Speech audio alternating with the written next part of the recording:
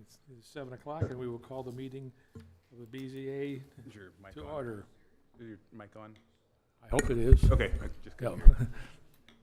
I just wasn't close enough to it. Okay, can we'll call the meeting to order. Please note the presence of a quorum. Mr. Bunkfest, Present. Dr. Keene, Here. Mr. Clarino, Here. Mr. Plummer, Here.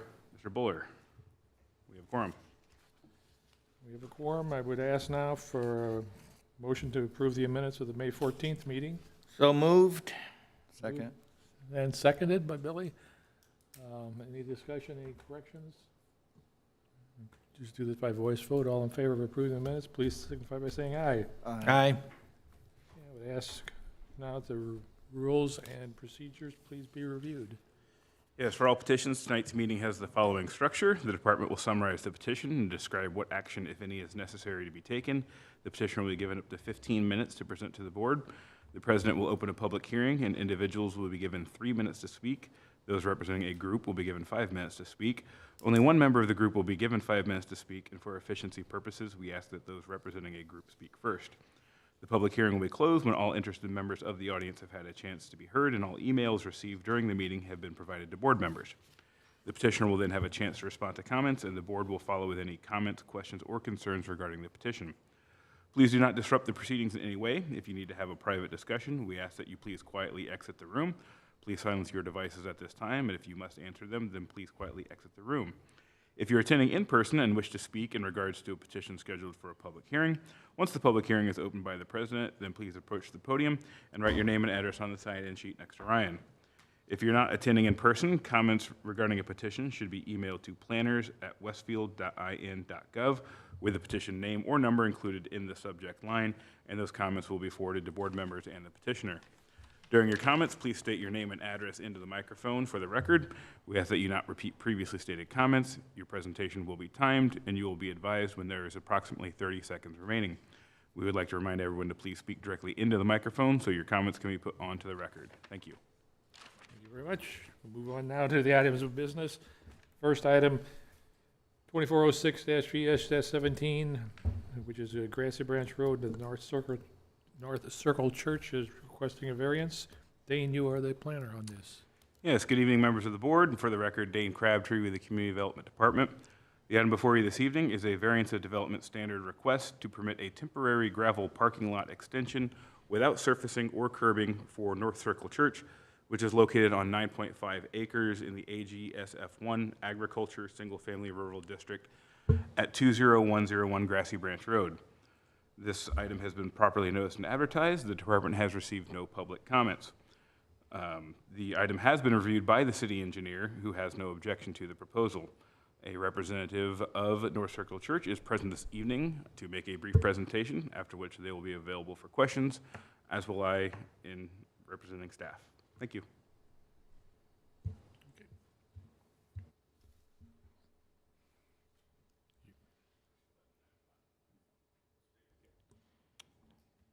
All right, my name's Chris Bockledge. I'm one of the pastors there at North Circle Church. We have been having a challenging issue with parking lately. We need to kind of expand our parking. We've been thinking through future building plans. We've been trying to think through the most efficient way to do that. And so we thought this appeal would help us in a temporary solution. So when we get ready to enter into a building project here in the next year or two, then we can get everything up to code as it's normally stated.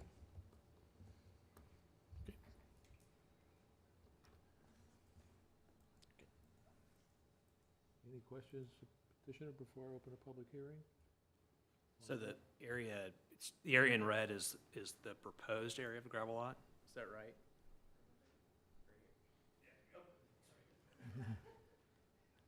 Sorry, as the first guy, so I got to figure out how this works. Yes, that red box there is where the gravel will go. Currently, that's a grass lot. So what you see here is the future plan, and yeah, that's the satellite image. So we have asphalt. We have 45 spots right now.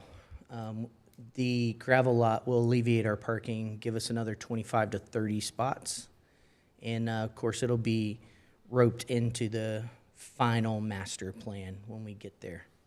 So on that plan, how is the drainage working right now? Do you have any issues with drainage right now on the lot if you get No, in? sir, we haven't had any issues. There is an easement there to the side, and our current drainage is right there where it's listed in the top right corner.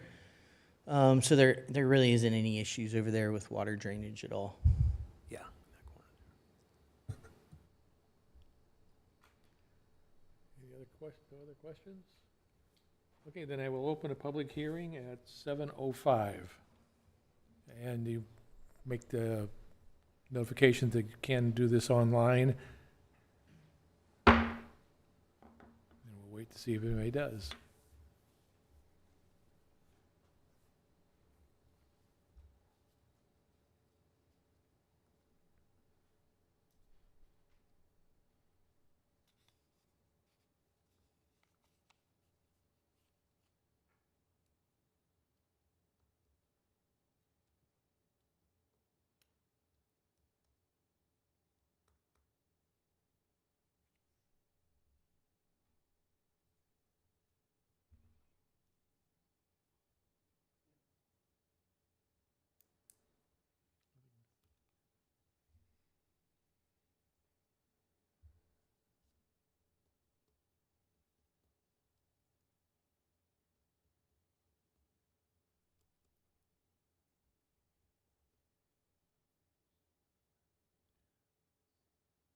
Seeing no public comment and no email comment, I will close the hearing at 7:07. Now, I would look for either a motion or additional questions from the members. Quick question, what's the definition of temporary? Our hope and our plan is to, we're, as you can kind of see, we're already in talks with a master plan, putting that together. Our goal is really to pay the engineering bill once, if we can. So in the next year or so, we hope to be beginning that project. But it is a rather, it might be potentially rather significant as far as cost. And so we are hoping and praying that in the next year or two, we can get that going. But it's in our plan for 2025 to begin that process for sure. The staff report does outline a sunset provision where this variance would expire on December 31st, I believe, 2029. So it does give the petitioner up to 5 years to bring everything into compliance. Obviously, they could finish it before then and be fine, but this would give them until that time to maintain this temporary element. So at maximum, the temporary element lasts until then. And now there's a significant amount of maintenance that would go on. Are you guys planning a gravel lot for 5 years is gonna require a lot of, basically more stone and more grading, you know? You understand that? Yeah, we are prepared to handle and maintain the lot and whatever's necessary. And we feel like the time allotment given is more than generous, and we should be able to have it done well before that date. Okay. Make a motion to approve 2406 VS 17. Motion to approve, do I have a second? Second. Do I have a second? Any other additional comments? If you could, Billy, just read the conditions of approval. Or make the motion that it's with the conditions noted in the staff report. Make a motion to approve 2406 VS 17 with the conditions as laid out in the staff report. And the second does agree with that? Second. All right, please call the roll. Dr. King, Yes? Mr. Clarino, Yes. Mr. Plummer, Yes. Mr. Bunkefest. Yes. Motion carries. Okay, now I need a motion to approve findings of fact. Motion to approve findings of fact for 2406 VS 17. I'll second. Motion and a second, any discussion? No discussion, please call the roll. Dr. King, Yes? Mr. Clarino? Yes. Mr. Plummer? Yes. Mr. Muckafast? Yes. Motion carries. Item is approved. Thank you very much. Wasn't that difficult, was it? On to our next item, which also requires a public hearing, Round Tripper Sports Academy. And Dane, you're on this one too. Evening, members of the board. For the record, Dane Crabtree with the Community Development Department. The item before you this evening is a variance of development standard request to encroach 20 feet into the 40-foot minimum front yard setback to accommodate a 2,603, plus or minus, square foot building addition for Round Tripper Sports Academy on 10.54 acres at 16708 South Park Drive, which is zoned EI Enclosed Industrial. This item has been properly noticed and advertised. The department has received one public comment in favor of the petition, which has been forwarded to you this evening. And Adam Dehart of Keeler Webb Associates is present this evening to make a brief presentation, after which he will be available for questions. Thank you. You're on. Good evening. My name's Adam Dehart. I'm a project manager with Keeler Webb Associates. Our offices are located at 486 Gradle Drive, Carmel, Indiana, 46032. Here this evening is also a representative of the general contractor, design and construction, and Mr. Chris Estep, the owner-operator of the facility. Mr. Estep started Round Trippers in 2001. It's grown over the course of time from a 3-acre parcel to over a 10-acre parcel. The original 2-story building up front was built in 2001, and it's been added on to. Most recently, in 2019, we did the rear addition that was put in. There's some batting cages in there and training sessions and some meeting rooms and that nature. They do have indoor facility field inside the bigger building, and then we work to upgrade the flow and the traffic for the people coming to the events on the rear fields, including flipping the girls' softball field so it would fit the site a little better and function with their needs of the site. Right now, they're in need of additional pitching indoor training year-round, which is the reason for us to present this to you. When you look at the overall site, we have building, fields, and parking taking up virtually the entire site.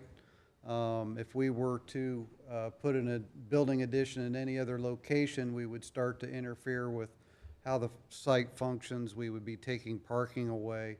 So fortunately, these pitching cages are long and narrow, so it goes along with our building addition that we're proposing. We've taken a look at the utilities, talked to Westfield Engineering about the road and their facilities that they have there. All their facilities lie within existing easements and the road right away, and we wouldn't have anything that would interfere with our building addition there. Many of the buildings in the park are set back farther. Almost all the buildings comply with the 40-foot setback rule. We're asking for relief from 40 feet to 20 feet. That would not encroach on the existing easement. Like I said, it's not going to affect any utilities, mains, or anything like that involved in the project. The project itself and a little bit of history on the site. In 2001, the entire South Park Business Center had a few variances that were implemented so that it would be in compliance with prior approvals and buildings. Because this particular site, while it may not seem like it's in the 31 overlay, technically it was within 1,300 feet of the highway, and you can't even see any of these buildings from the highway the way it's situated. So in 2001, so we could have uniform development and use of all these facilities, there was a handful of variance that was requested, which basically just made it all in compliance with the EI zoning so that the buildings would all be on the same set of rules during the course of time. With that, we'll be available for any questions you might have, and then the owner and we concur with the staff's findings of fact.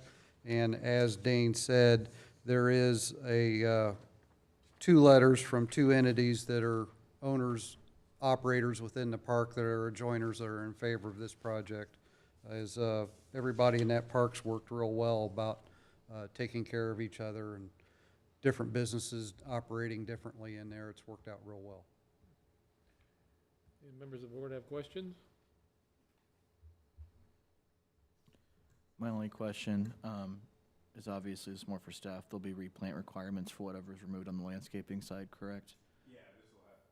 Yeah, this will still have to go through a detailed development plan process because it is adding square footage under roof for a commercial entity. So all that landscaping stuff will still have to comply with the UDO, similar to the architecture and whatnot, and that'll be checked when they go through that time period. Perfect, thank you. No other questions, then I will open a public hearing on Round Tripper Sports Academy's request for variance. Time is 7:15.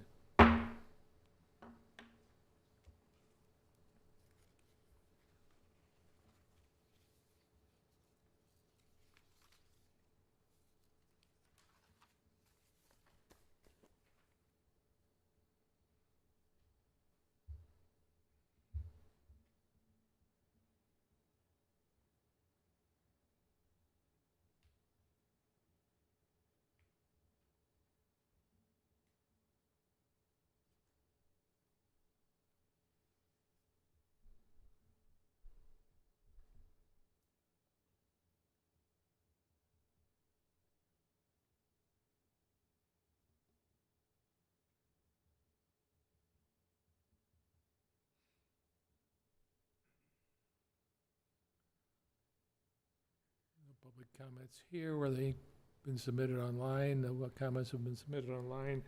Then I'll close the public hearing at 7:17. I'm not looking for a motion or additional questions. I'll make the motion that we approve item 2406 VS 18 with the stipulation in the findings, The condition in the staff report. conditions, yeah. I'll second. Okay, we have a motion and a second. Any discussion? Please call the roll.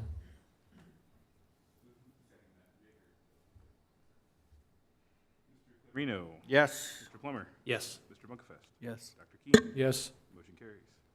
Thank Yeah, you for no. your time. Now looking for a motion to approve findings of fact. Motion to approve findings of fact for 2406 VS 18. I'll second that. We have a motion and a second. Any comments? Please call the roll. Mr. Clarino. Yes. Mr. Plummer. Yes. Mr. Bunkefest. Yes. Dr. Keen. Yes. Findings are approved. We'll just add a comment for the Round Tripper people. We really appreciate the, what they've added to this community since they've been here. They've been very supportive of a lot of the community events and been a real asset to the community. So we appreciate that. Glad to see they're needing to expand. On to the next item, which also requires a public hearing. A petition requesting a variance of development to permit a fence that is excess height on their property. Ryan, you are the planner on this. Yep, thank you, President, members of the board. For the record, Ryan Collingwood with the Community Development Department. The subject property is about 0.28 acres in size and is located at 3942 Madeline Lane within the SF3 Single Family Medium Density District. The petitioner requests a variance of development standard to permit a fence with a height in excess of 6 feet, as outlined in UDO Article 6.5C2, in which states no residential fence located within a side or rear yard may exceed 6 feet in height. Excuse me. The fence as it sits today is 8 feet tall, and the petitioner has applied for a variance of development standard in an attempt to remedy the uncompliant fence height. This item does require a public hearing tonight, which has been properly noticed and advertised. Staff has received 4 public comments related to the petition, and those comments have been distributed to all members of the board, all 4 in favor of the petition. The petitioner is here this evening. They intend to present some details of the project. They are here to answer any questions, and I'm here if you have any for staff. Thanks. Thank you very much. Petitioner, you're Hi. on. I'm Nadia Corey, 3942 Madeline Lane, Carmel, Indiana, 46033.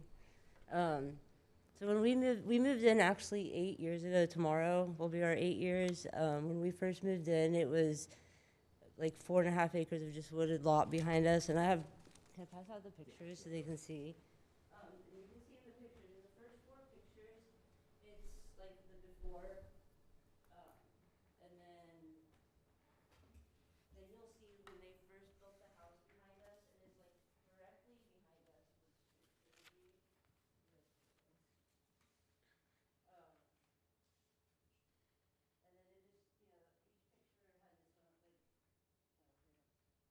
Yeah, the first 4 pictures are like the before pictures, and I think the 4th picture, you can see where they started knocking down the trees behind us. The 5th picture is what we had to stare at for a long time, having a short fence. Like, we had zero privacy. They had zero privacy. Number 6 is the new fence. And if you, I tried to get a good picture, but you can't tell, like, it drops down. There's about a 2 to 3 foot elevation drop at a bare minimum. Yeah, you can see them in one of the pictures. There's like a ball maybe. And then the 6th and so the 7th and 8th picture is a view from our sliding door and then from our kitchen window. So like if anyone walking in that like Erica Lane cul-de-sac, the 2 neighbors, like the 2 lots behind us on the right, like we don't give each other privacy. And we thought this 8-foot fence would like help. And even with the 8-foot fence, you can still see like the people when they come out on their patio. And that's the thing, like we built this, we didn't know. Once I realized we weren't allowed to have an 8-foot fence, I was like, we have to make this right. So we're here to apologize for doing it without checking. And then at the same time, we want to show you like why 8-foot fence, we thought we thought it would be a good idea. But now I wish we went with a 10-foot fence. Right? Like, you can't blame me. And these were our neighbors here, and they've come to our backyard and seen that we have no privacy. It's sad. The only thing that I'd really like to add, I'm Jared Houston, I'm a primary resident there as well at 3942 Madeline Lane. We didn't know, I had no idea that 8 feet wasn't allowed. I had a local contractor, and he said, man, you know, the way this goes down in the back, 8 feet pretty much matches up to 6 feet on the sides. And I was like, great. And he said, I'm going to Menards. So I had no idea. I'm really sorry. I should have looked into it. That's my responsibility, and I apologize for that. You can see the way the fence was constructed, actually. I believe that the horizontal beams are sitting on the top.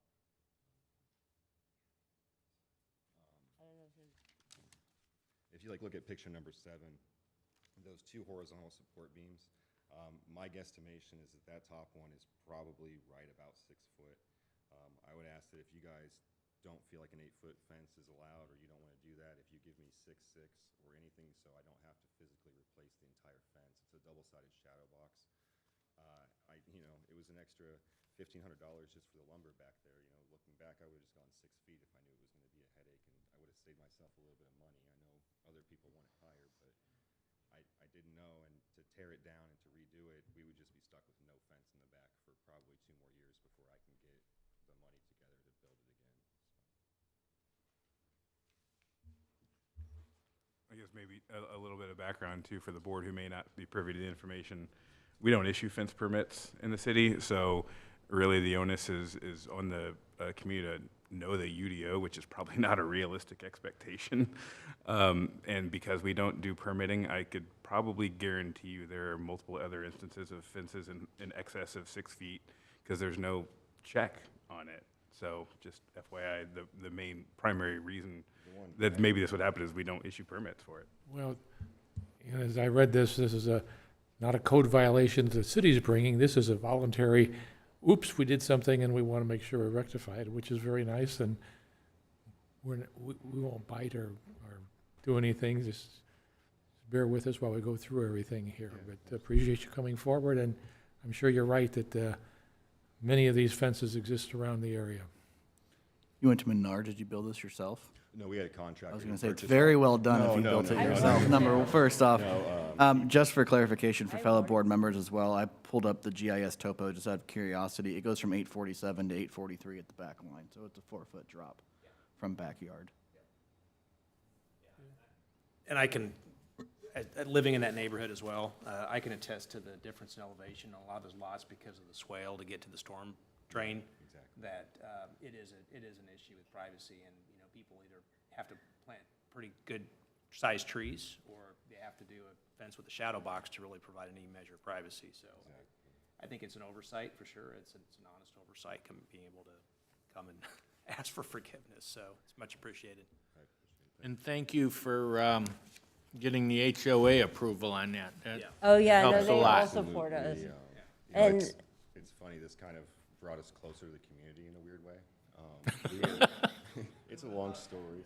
Well, You know, we were kind of hermitish and. She's the we got- reason we got the fence We got a fixed. puppy and we put up a That- fence This and is we just Hazel. didn't know that. the neighborhood that is immediately to the west, I guess that is. Okay. That's the west, right? To Erica Lane connects, because that's the only connection to that neighborhood. Yes. Nobody knew that was happening until there were Yeah, and- excavators out there. So that was a big surprise to It a lot was of a people. in that surprise, neighborhood. and the homeowner behind us, he put his house all the way on the edge of his And yeah, you property can see line, the- So Yeah. it's like, there's just no, and it's up Yeah. on stilts, and, Yep. you know, I'm sorry. Yep.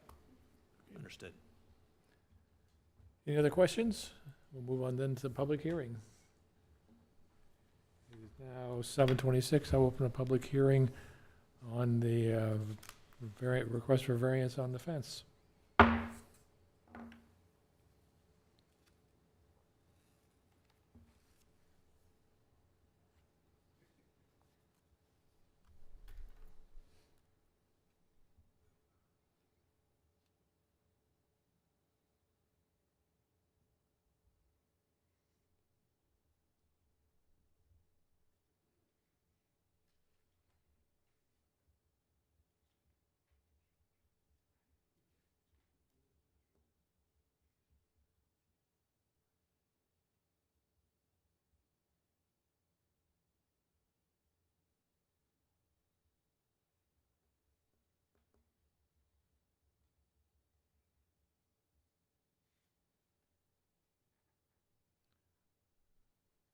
No comments have come in. There were no comments here.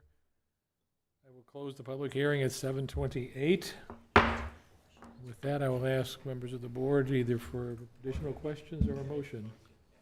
Motion to approve 2406 VS 19 with the conditions noted in the report. I'll second. We have a motion and a second. Any discussion? Please call the roll.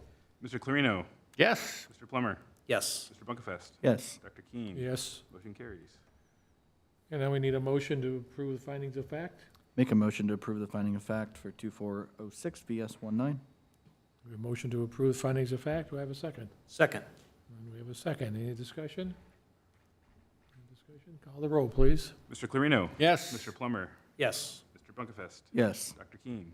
Yes. I almost said Dr. Bunkefest. I'm not that prestigious, my goodness. It wasn't that difficult. Now, there's what, a $50,000 fine for having a fence that's 2 feet too high? All right. Awesome. Thank you both I very think much. we do not have a training session. Is that correct? No training session? No items continue to future meeting? Would you like So- your pictures back? I'd hate to throw away this work of art. It's a good collage. I don't want to start staring at the stilts you mentioned, so I'm going to try to get rid of this immediately. We'll move on to reports and comments. The Plan Commission, I'll do this. There's a few things that we actually did at the last Plan Commission meeting, approved. We approved a mixed-use project for independent living, assisted living, memory care called Traditions of Westfield, 181st Street and Dartown Road. And then we also approved a reconfiguration of I-Beach, which is out at the Grand Park. They've really made some nice improvements to the exterior of that, and they moved some things around and added some things, so it's going to be a really nice asset. The steakhouse that's coming to Grand Junction was approved. That's going there where the city-owned building is at, and Melody Jones's house. Those two parcels are putting that together. Approved some modifications to the Springwater Plan Unit Development, which is down on South Union, where you can't get to right now because the road's closed, but there are some architectural standards that they wanted to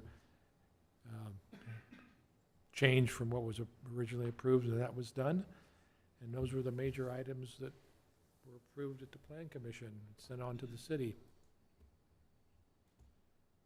Staff have any comments? No comments? All right, with no comments, I would entertain a motion to adjourn. Motion to adjourn. We have a motion or a second? Second. We have a motion and a second. All in favor, signify by saying aye. Aye. Motion carries. We are adjourned.